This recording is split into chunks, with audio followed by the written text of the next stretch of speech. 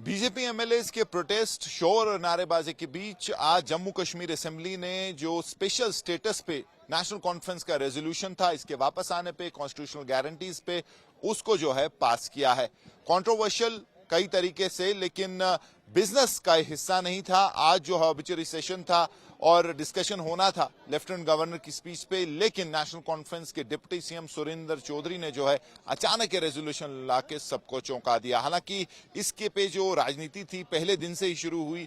PDP के जो MLA हैं वहीदुर रहमान पर्रा ने पहले दिन ये रेजोल्यूशन लाया था। हालांकि बिल्कुल एक वो साफ रेजोल्यूशन था जिसमें 35 की बात थी, 370 और 5 अगस्त को जो है कंडेम किया गया था। लेकिन इसमें जो है काफी चालाकी से नेशनल कॉन्फ्रेंस ने ये ड्राफ्ट किया है रेजोल्यूशन, जहां जिसको आप कहेंगे कि कोशिश ये है कि सांप भी मर जाए और लाठी भी ना टूटे। यानी कि सरकार को जो है, बीजेपी सरकार को जो है खुले तौर पे कोई ऐसी चुनौती ना दी जाए केंद्र को, और उसके साथ साथ अपनी बात भी की जाए। नेशनल कॉन्फ्रेंस में अंदरूनी तौर प्रेशर जरूर था, क्योंकि एनसी की बात करें तो पूरा इलेक्शन जो है 370 पे उन्होंने लड़ा है, यही मुद्दा था। और चीफ मिनिस्टर उमर अब्दुल्ला ने जो है पावर में आने से पहले तो ये भी कह दिया था कि पहला बिजनेस जो असेंबली में होगा वो होगा 370 को वापस लाने का रेजोल्यूशन। ऐसा नहीं हुआ, स्टेटहुड की तरफ उन्होंने गोल पोस्ट जो है बदला था। लेकिन अब ऐसा लग रहा है कि प्रेशर जरूर आया है, क्योंकि कहीं ना कहीं एनसी के लीडर ये समझ गए कि लोगों ने जो है इसी मुद्दे पे उनको वोट दिया, और पीडीपी जो है सारा इसका जो फायदा उठाने की कोशिश कर रही है और इसका चैंपियन बनने की कोशिश कर रही है। और उसी को लेके आज अचानक रेजोल्यूशन आया, जिसमें मैंने कहा काफी चालाकी से ड्राफ्ट किया गया है और कोशिश है कि उनका काम भी हो जाए, केंद्र को भी जो है नाराज ना किया जाए, लोग भी खुश हो जाएं कि रेजोल्यूशन आ गया है।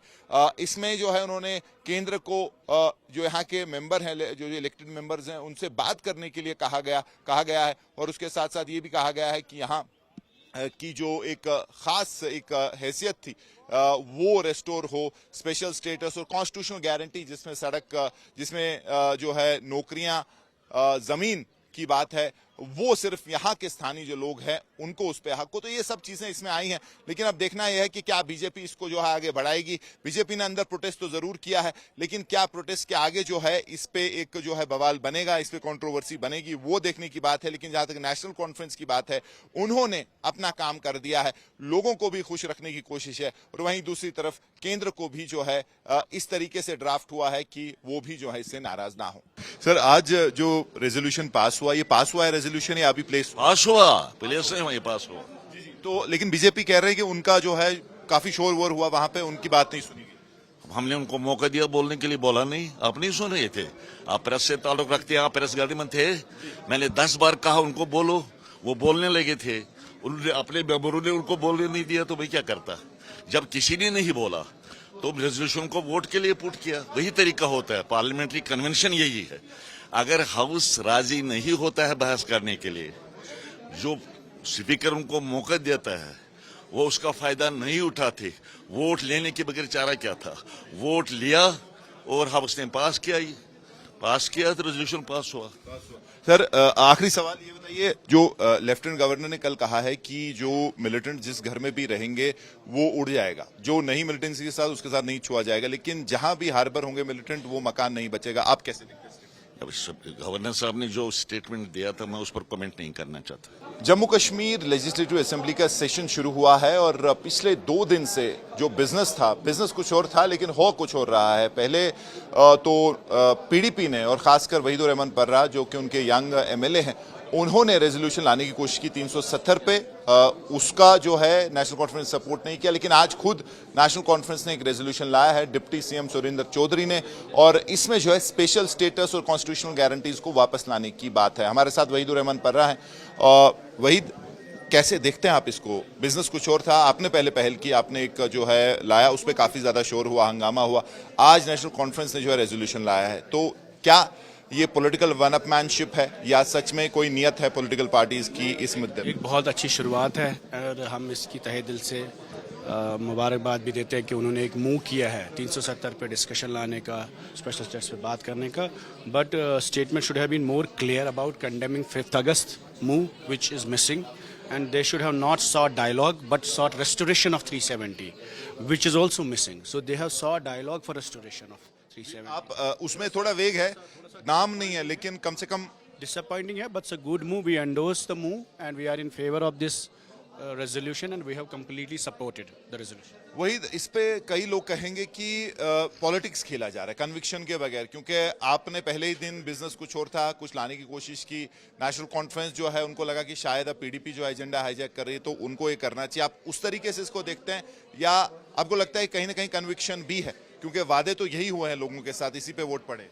देखिए, अनफॉर्चुनेटली पॉलिटिकल इशू है, तो आपको ये समझना है कि पॉलिटिक्स होगी, बीजेपी भी करेगी, कांग्रेस भी करेगी, लेकिन ये है कि मुद्दा लोगों के एस्पिरेशंस का है और जम्मू कश्मीर की आवाम स्पेशल स्टेटस की रेस्टोरेशन चाहती है और उसकी बात इस असेंबली में आपको लगता है पॉसिबल है restoration? What is possible, we have to fight for it, we have to fight democratically, legally, constitutionally for it and will try our level best. शुक्रिया। अच्छा, वही एक सवाल, कल लेफ्टिनेंट गवर्नर ने कहा कि जो भी मिलिटेंट्स को हार्बर करेंगे उनके मकान उड़ जाएंगे, जो नहीं करेंगे उनको कोई छुएगा नहीं, लेकिन जो ये जो है इंसाफ है, आप कैसे इसको देखते हैं? क्योंकि परसों भी जो खानियार में एनकाउंटर हुआ वहां मकान जलाया गया, तो अब तो साफ फ्री हैंड है लेफ्टिनेंट गवर्नर की तरफ से कि जहां भी मिलिटेंट हार्बर होंगे वो मकान नहीं बचेगा। देखिए, एलजी साहब का अपना स्टेटमेंट है, वो खुद कहते हैं कि यहाँ मिलिटेंसी अब ज़ीरो पे आ गई है और एक तरफ कश्मीर के हालात को समझने के लिए आई थिंक जब तक आप लोगों के साथ बातचीत नहीं करेंगे, बाकी मकान गिराए जा सकते हैं सख्ती में, but this is not the time to suppress people. I think this is the time to win people of Jammu and Kashmir और बातचीत से ही हर किसी चीज़ का सोल्यूशन होना चाहिए। तो बाकी रेस्ट अगर कोई इन्वॉल्व है, मैं समझता हूँ गवर्नमेंट उस पर एक्शन ले, बट किसी एक शख्स की गलती उनके घर वालों को ना मिले, उनके ख़ानदान को ना मिले, उनके बच्चों को ना मिले, जो इस वक्त है, चाहे मकान है, उनके बच्चों को तंग किया जाए। I think that's not in the large interest of India. Sir साहब, आज रेजोल्यूशन पास हुआ है, अनएक्सपेक्टेड था, बीजेपी शोर कर रही है कि बिजनेस का हिस्सा ही नहीं था, पहले पीडीपी ने किया, अब नेशनल कॉन्फ्रेंस ने किया, पास भी हो गया। कैसे देखते हैं आप इस रेजोल्यूशन को जिसमें स्पेशल स्टेटस और उसके साथ कॉन्स्टिट्यूशनल गारंटीज की बात? देखें, ये तो हमारा एक पहले से ही ये सारा प्लान था और हमने बिजनेस जो आज की प्रोसीडिंग्स थी उसमें ये रखा हुआ था और उसी के हिसाब से ये हुआ और ये बहुत ज़रूरी भी था, क्योंकि 5 अगस्त 2019 को अनडेमोक्रेटिकली एक फैसला लिया गया जिसमें हमारी कॉन्स्टिट्यूशनल हैसियत को ख़त्म कर दिया गया, जम्मू कश्मीर को डिग्रेड करके यूनियन टेरिटरी में तब्दील कर दिया गया और छोटी छोटी 2 यूनियन टेरिटरीज बना दी, पॉलिटिकल डिसएम्पावरमेंट हुआ और उसी एतबार से ये बहुत ज़रूरी था। लोगों की एस्पिरेशंस के मुताबिक लोगों ने हमको जो मैंडेट दिया है और लोगों की जो हमसे तवक्कात हैं, उम्मीदें हैं, तो ये उसी के बरक्स जो है वक्त की ज़रूरत है। रियासत जम्मू कश्मीर की एक अपनी आईनी हैसियत रही है, अपनी एक आईनी पोजीशन रही है, हमारा एक दस्तूर अलग रहा है, हमारा एक अपना स्टेट जो था वो एक मुल्क की एक जिसे ताज कहा जाता है, क्राउन ऑफ इंडिया, उसके तशख़्ख़ुस को, उसके तक़द्दुस को बहाल करना बहुत ज़रूरी है। ये हुकूमत का एक ज़िम्मेदारी थी, बल्कि एक हमने इलेक्शन से पहले भी अपने मैनिफेस्टो में भी ये कहा था कि हम 370 के लिए, रेस्टोरेशन के लिए, रियासत जम्मू कश्मीर की अपनी आईनी अलग पोजीशन को उसको रिवाइव करने के लिए जदोजहद करेंगे। हमने पार्लियामेंट के अंदर भी किया। हम लेकिन सर साहब, आपके जो डिट्रैक्टर्स कह रहे हैं कि ये बस पॉलिटिकल वन अपमैनशिप है, you are trying to play to the gallery, जहां पहले पीडीपी ने हाईजैक करने की कोशिश की, बिजनेस का हिस्सा नहीं था, अब नेशनल कॉन्फ्रेंस ने भी जो है वही किया है, पॉलिटिक्स खेला है, इस पे कैसे देखते हैं? नहीं, ये देखें, जो क्रिटिसाइज करते हैं बातों को, तो हम तो उनकी बातों पे जाएंगे नहीं। पीडीपी का जहां तक ताल्लुक है, जो पहले दिन उन्होंने आउट ऑफ द वे किया, आउट ऑफ रूटीन किया, क्योंकि उस दिन कोई प्रोसेस, उसमें जो बिजनेस का जो प्रोसीजर था उसमें वो कहीं भी इंक्लूडेड नहीं था। उसमें हमारे स्पीकर साहब का इलेक्शन होना था, उसके बाद ऑनरेबल एलजी साहब का एड्रेस होना था और एडॉर्न होना था हाउस, लेकिन उन्होंने अपने एक हेस्ट में ब्राउनी पॉइंट्स हासिल करने के लिए वो सारा किया, तमाशा किया। हम उसको एंडोर्स नहीं करते। हमारा एक पूरा बाज़ाब्ता तौर पे हमारी जो लेजिस्लेचर पार्टी की जब मीटिंग हुई थी असेंबली के शुरू होने से एक दिन पहले, उस दिन हमारी कुछ चीज़ें तय हुई थी और उसमें ये भी एक तयशुदा प्रोग्राम में ये शामिल था। एक जदोजहद है, एक शुरुआत है, लेकिन बीजेपी को अगर 70 साल लगे रिवोकेशन ऑफ आर्टिकल 370 करने को, हमारे स्टेट सब्जेक्ट लॉ को रिपील करने में, अभी हम भी तैयार हैं और हम भी इस अज़म से खड़े हैं कि हम रियासत जम्मू कश्मीर के तक़द्दुस और तशख़्ख़ुस की बहाली के लिए हमें कितना भी वक्त लगे, लेकिन हम उस जदोजहद को छोड़ेंगे नहीं। सर साहब, आखिरी सवाल, इससे हटके कल लेफ्टिनेंट गवर्नर ने बारामूला में कहा कि जो भी पनाह देगा मिलिटेंट्स को, उसका जो है मकान नहीं बचेगा, एक किस्म से कहा कि जो नहीं करेगा उसे नहीं छुएंगे, लेकिन साफ पॉलिसी है, नो जीरो टॉलरेंस। कोई भी मकान जहां हार्बर देगा, मिलिटेंट्स को जगह देगा, वो जो है जमींदोज हो जाएगा। इस स्टेटमेंट को कैसे देखते हैं? देखिए, जहां तक मिलिटेंसी का ताल्लुक है, एक ये बड़ा is a matter of concern actually. जहां बीजेपी हुकूमत और मरकज की हुकूमत ये दावा करती थी कि हम लोग 370 को हटाएंगे और मिलिटेंसी को खत्म करेंगे, और यही एक रुकावट है न सिर्फ डेवलपमेंट के बीच में बल्कि मिलिटेंसी को खत्म करने में, लेकिन वो बिल्कुल गलत साबित हो रहा है। आज जिस तरह से मिलिटेंसी बढ़ रही है और उन एरियाज में बढ़ रही है, और खासतौर पे अभी जो रिसेंटली एक दो अटैक्स हुए हैं वो इन जगहों पे हुए हैं जो बिल्कुल सेफ माने जाते थे और आर्मी के सिक्योर्ड एरिया थे, सिक्योरिटी फोर्सेस के हवाले से उन जगहों पे मिलिटेंसी हो रही है। लेकिन अगर मिलिटेंसी पे जो उसके खिलाफ जो कार्रवाई करनी है वो कार्रवाई हो, लेकिन आम लोगों को ये चीज को मद्देनजर रख के कि कहीं आम लोगों को इसका नुकसान ना हो, आम लोग कैजुअल्टी ना बने, लोगों की जायदादें बचे। कहीं इसमें दोनों हम we have to see both side of the coin. अगर कहीं डेलिबरेटली कोई हार्बर करता है तो उसको सजा हो, लेकिन मकानों को तहस नहस करना कोई किसी मतलब ना तो मॉरली और ना इथिकली ठीक है। अगर कोई परपरेटर है या कोई हार्बर कर रहा है, उसको कानूनी हैसियत से जो आपको कानूनी दायरे में रह के जो उसको आपको सजा देनी है वो दीजिए, लेकिन मकानों को डहस लाइसेंस एक किस्म का फ्री हैंड दे दिया सिक्योरिटी। यही तो बड़ी प्रॉब्लम है हमारे लिए। हम स्टेटहुड की रेस्टोरेशन की लड़ाई जो लड़ रहे हैं वो इसी बात को लेके है कि हमारे पास जो सिक्योरिटी फोर्सेस और जो पुलिस के जो इख्तियारात हैं वो अभी भी मरकज एंजॉय कर रही है, और हम इनसे ये सवाल पूछना चाहते हैं कि आप एक तरफ तो इख्तियारात अपने पास रख के बात करते हो और क्लेम भी कर रहे हो कि हम लोगों ने ये सारी चीजें जो की मिलिटेंसी को खत्म करने में या 370 खत्म करने का जो आप क्रेडिट ले रहे हो, लेकिन इन द मीन टाइम आपके पास सिक्योरिटी फोर्सेस की पूरी कमांड है, अथॉरिटी है, लेकिन वो सवालिया निशान खड़ा होते हैं। आप लोगों इसका मतलब कहीं ना कहीं कमी है, आपकी फंक्शनिंग में कहीं कमी है, आपके सिक्योरिटी के उसकी हैंडलिंग में कमी है। तो ये चीज मद्देनजर रखनी है। हम लोग चाहते हैं कि जल्द से जल्द जो पावर्स इन्होंने होम मिनिस्ट्री के पास जो रखे हुए हैं उनको मुंतकिल करके रियासत जम्मू कश्मीर को स्टेटहुड दिया जाए, ताकि हम लोग हर पहलू को नजर में रख के कोई भी अगर इकदाम है वो उठाया। रेजोल्यूशन हमने वो लाया जो हमारा आईनी हक है। हिंदुस्तान की डेमोक्रेसी को मजबूत करने के लिए ये रेजोल्यूशन है, हिंदुस्तान को मजबूत करने के लिए ये रेजोल्यूशन है। ये रेजोल्यूशन जो हमने लाया है, जम्मू कश्मीर की जमीनों को बाहर के लोगों को नहीं लेने देंगे, जम्मू कश्मीर के रोजगार को हम बाहर के लोगों को लेने नहीं देंगे, हमारी माइनिंग हमारे दरिया बाहर के लोगों को नहीं देंगे, हमारी इंडस्ट्री हमारे लोगों के लिए बाहर के लोगों को नहीं देने देंगे, हमारा जो वाइन पॉलिसी है हमारे लोगों के लिए, बाहर के लोगों को नहीं है। इसलिए हमने जो रेजोल्यूशन लाया, ये ऑनरेबल होम मिनिस्टर साहब ने पार्लियामेंट में वादा किया हुआ है, आपको याद है, हिंदुस्तान की सबसे बड़ी पंचायत है, उस पंचायत में उन्होंने कहा था कि जम्मू कश्मीर की जमीन है, जम्मू कश्मीर का रोजगार बाहर के लोगों को नहीं लेने देंगे। उन्होंने खुद कहा था जैसे ही हालात ठीक होंगे हम जम्मू कश्मीर को दोबारा स्टेट का दर्जा दें। इलेक्शन हो गया, वोट पड़े, सरकार बन गई, स्टेट भी दीजिए हमारा स्पेशल स्टेटस, जैसे आपने हिमाचल को नहीं दिया। 11 स्टेट हैं हिंदुस्तान के अंदर जहां दिया हुआ है, तो जम्मू कश्मीर मांगे तो हमें कुछ और देना चाहिए। स्पेशल स्टेटस क्या है आपके लिए सर?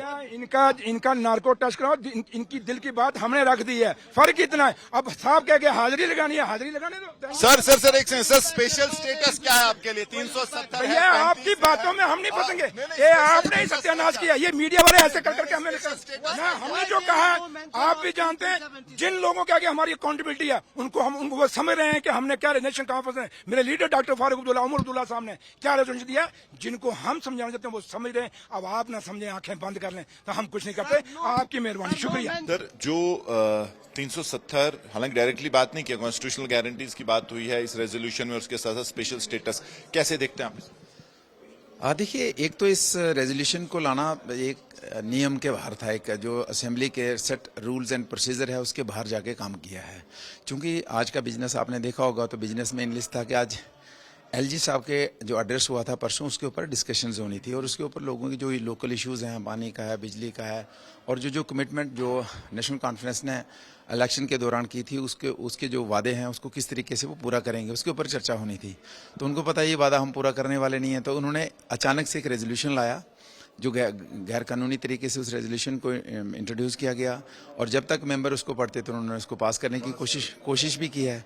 तो गलत तो ये है, देखिए मुझे नहीं लगता है कि वो जिस तरीके से शोर शराबा था तो किसी को बात समझ नहीं आ रही थी, लेकिन बात यह है कि अगर वो जम्मू कश्मीर के लोगों के लिए ईमानदारी से उनके लिए कुछ करना चाहते हैं, तो पहले तो रेजोल्यूशन बनता था कि आप स्टेट की बहाली के लिए, जो कि प्रधानमंत्री जी ने कमिटमेंट की है, उसके ऊपर चर्चा करते आप, और उसके बाद अगली कोई और डिमांड थी आपकी, उसके ऊपर चर्चा करते आप पहला स्टेप चढ़ते नहीं और दूसरे की बात करते हो। तो आपके लिए भी, बीजेपी के लिए भी मुश्किल है, क्योंकि आप जो लेफ्टिनेंट गवर्नर की स्पीच है उसमें सरकार की बातों की एंडोर्समेंट है, लेकिन यहां से आपको जो है इस बात को अपोज भी करना है, तो बीजेपी के जो यहाँ लेजिस्लेचर हैं, कितना मुश्किल है इस असेंबली में काम करना? नहीं, कोई मुश्किल नहीं है हमारे लिए, बिल्कुल मुश्किल नहीं है, क्योंकि जब सेंट्रल गवर्नमेंट की तरफ से जो स्कीम्स लाई गई हैं, जो फंडिंग की है, जो सेंट्रल गवर्नमेंट की स्कीम्स जो चल रही हैं, लोगों को बेनिफिट हो रहा है, तो डेफिनेटली उसको तो हम सपोर्ट करेंगे, वो तो वो बात करेंगे। लेकिन जो नेशनल कॉन्फ्रेंस ने अपनी इलेक्शन के दौरान जो कमिटमेंट की है, आप बिजली कैसे फ्री देंगे, आप जब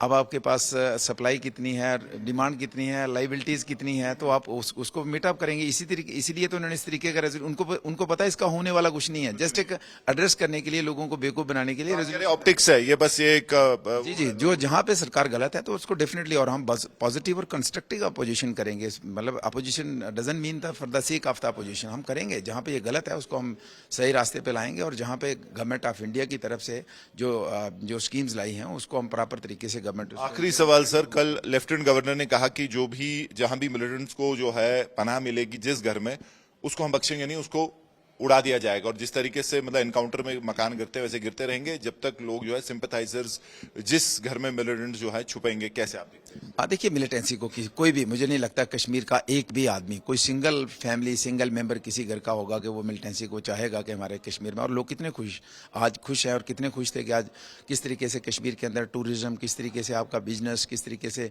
लोग घर से बाहर, हमारी बच्चियां घर से बाहर 12 बजे भी निकल सकती हैं, लेकिन दोबारा से कोशिश की जा रही है हमारे पड़ोसी मुल्क की तरफ से, लेकिन उसको किसी कतई भी बर्दाश्त नहीं किया जाएगा। लेकिन जो मकान गिराने वाली बात है कि मतलब आप किसी के मकान में चले गए तो अगर आप हार्बर करते दिखते हैं तो वो मकान भी नहीं बख्शा। अगर कोई सपोर्टर है तो उसको बख्शा नहीं जाना चाहिए, कोई इनोसेंट है तो उसके खिलाफ कार्रवाई नहीं होनी चाहिए। कैंपस तारिक लोन के साथ मीर फरीद, श्रीनगर, आज तक।